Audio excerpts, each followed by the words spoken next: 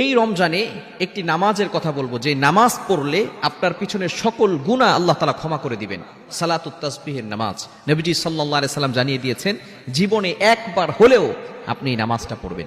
নবীজি সাল্লাল্লাহু আলাইহি সাল্লাম নিজে বলে দিয়েছেন। এটা ইবনে মাজার ভিতরে হাদিস এসেছে, তিরমিজি শরীফের হাদিস, আবু দাউদ শরীফের 1297 নম্বর হাদিসের ভিতরে রয়েছে।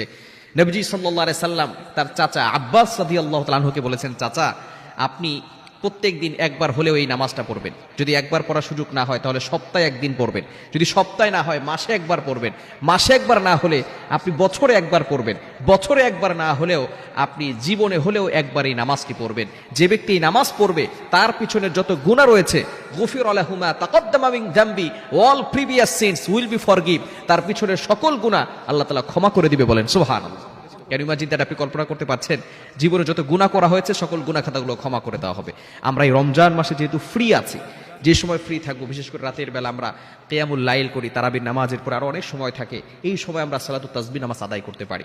কিভাবে পড়বেন? নিয়ত করবেন, আপনি নফল নামাজে নিয়ত করলেই হবে। সালাতুত তাসবিহ নামাজটা কিভাবে পড়তে হয় আমি আপনাদেরকে নিয়ম শিখিয়ে দিচ্ছি, ভালো করে বুঝে নেন এবং সকলে লিখে নেন, নোট করে নেন। যাদের কাছে খাতা কলম আছে নোট করে নেবেন, এবং যাদের কাছে খাতা কলম নাই ভালো করে শুনবেন, মনোযোগ সহকারে শুনে দিলের ভিতরে গেঁথে রাখবেন। এখানে একটি দোয়া আছে, সুবহানাল্লাহি ওয়ালহামদুলিল্লাহি ওয়ালা ইলাহা ইল্লাল্লাহু আল্লাহু আকবার, অর্থাৎ সুবহানাল্লাহ, আলহামদুলিল্লাহ, লা ইলাহা ইল্লাল্লাহ, আল্লাহু আকবার। এই চারটা বাক্য যেগুলো আমরা জিকির করি, সুবহানাল্লাহ, আলহামদুলিল্লাহ, লা ইলাহা ইল্লাল্লাহ, আল্লাহু আকবার, সুবহানাল্লাহি ওয়ালহামদুলিল্লাহি ওয়ালা ইলাহা ইল্লাল্লাহু আল্লাহু আকবার।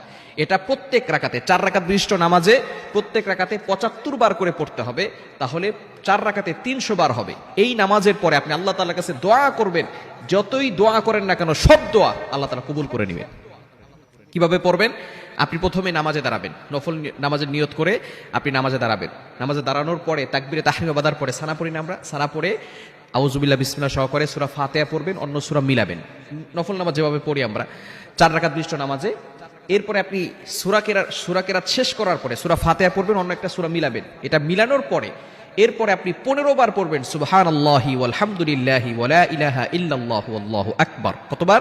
15 বার। এরপরে রুকুতে যাবেন, রুকুতে গিয়ে সুবহান রাব্বিয়াল আযীম 3 বার, 5 বার, 7 বার যা পারেন পড়ে এরপর আবার 10 বার পড়বেন। কতবার হলো? 15 আর 10 25 বার। এরপর রুকু থেকে উঠে আবারও 10 বার পড়বেন, তাহলে কত হলো? সামি আল্লাহু লিমান হামিদা রব্বানা লাকাল হামদ বলে আবারও 10 বার পড়বেন।